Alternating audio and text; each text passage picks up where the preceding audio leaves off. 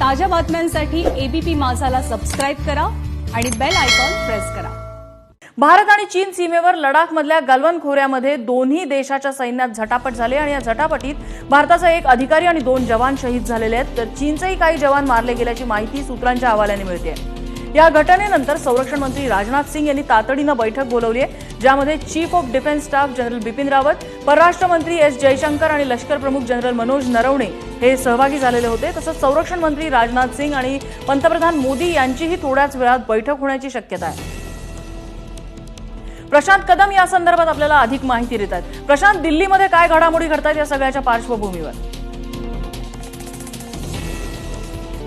नम्रता, 6 मे पासून भारत आणि चीन मधली सीमा जी धुमसत होती, या सगळ्या वादानं काल रात्री गंभीर वळण घेतलेलं आहे आणि काल रात्रीची ही घटना आहे, पण त्याच्यावरती सरकारी शिक्कामोर्तब जे आहे ते आज सकाळी झालं आणि त्याच्यानंतर दिल्लीमध्ये सुद्धा वेगवान घडामोडींचा सिलसिला सुरू आहे। अगदी थोड्या वेळापूर्वी संरक्षण मंत्री राजनाथ सिंह यांनी chief of defence staff Bipin Rawat, त्याच्यानंतर लष्कर प्रमुख जनरल नरवणे आणि परराष्ट्र मंत्री एस जयशंकर यांच्यासोबत चीनच्या मुद्द्यावरती बैठक केली। जवळपास 1 तास ही बैठक चालली आणि त्याच्यानंतर अगदी थोड्या वेळामध्ये ते पंतप्रधान नरेंद्र मोदी यांची सुद्धा भेट घेण्याची शक्यता आहे।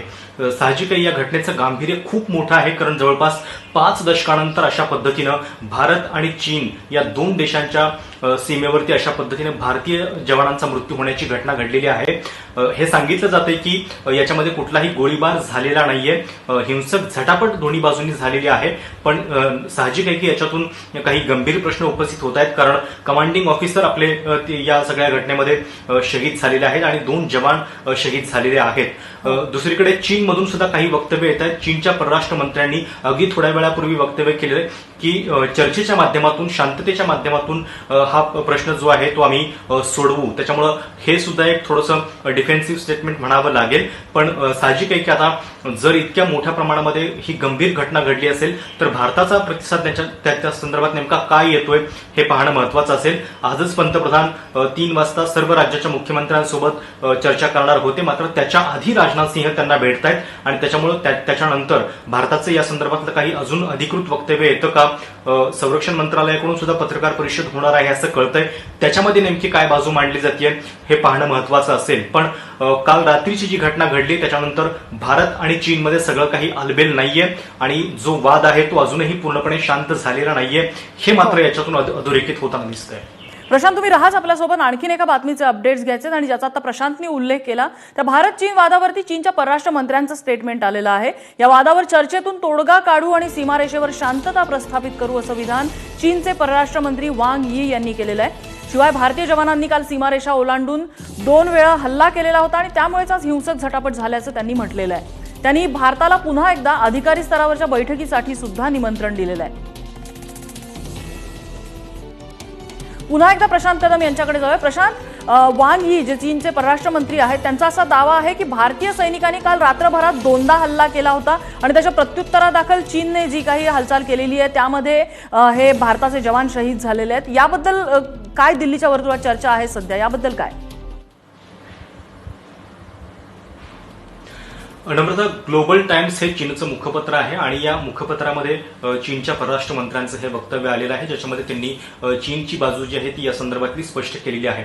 पण ते जे म्हणतायत की चर्चेच्या माध्यमातून आम्ही हा प्रश्न सोडवू, तर अशा पद्धतीची चर्चा खरं तर काय आतापर्यंत थांबलेली नव्हती, ती गेल्या काही दिवसांपासून सुरूच आहे। म्हणजे जेव्हा 6 मे पासून हा सगळा वाद समोर आला, पूर्व लडाखमध्ये आपले दोन्ही बाजूचे सैनिक जे आहेत ते एकमेकांच्या समोर उभे ठाकलेले होते, त्याच्यानंतर गेल्या काही दिवसांमध्ये जवळपास 14 अशा पद्धतीच्या मीटिंग ज्या लष्करी स्तरावरच्या असतात त्या पार पडलेल्या आहेत, ज्याच्यामध्ये मेजर जनरल स्तरावरची सुद्धा चर्चा जी आहे ती सुद्धा पार पडलेली आहे। त्याच्यामुळे दोन्ही बाजूंनी प्रयत्न तर नक्कीच चालू होते, याच्या संदर्भात वारंवार आढावा घेतला जात होता। अगदी 5-6 दिवसांपूर्वीचीच बातमी होती की चीननं आपलं सैन्य जे आहे ते 2 किलोमीटर आतमध्ये घेतलेलं आहे, पण अर्थात वेगवेगळे स्पॉट आहेत, अगदी जम्मू काश्मीर पासून अरुणाचल प्रदेश, सिक्कीम ते अगदी उत्तराखंड लागून चीनची सीमा आहे आणि या सगळ्या याच्यामध्ये नेमकं कुठल्या ठिकाणचे टेन्शन जे आहेत ते कमी झालेले आहेत हे पाहणं महत्वाचं होतं आणि त्याच्यामुळे आता याच्यानंतर भारताचा रिस्पॉन्स काय येतो हे पाहणं महत्वाचं असेल। प्रशांत, याच संदर्भात एक अपडेट येते, तुम्ही राहात सोबत। रात्रीच्या सुमाराला भारत चीन सैन्यामध्ये झटापट झाली होती। भारताने पलटवार केल्यानंतर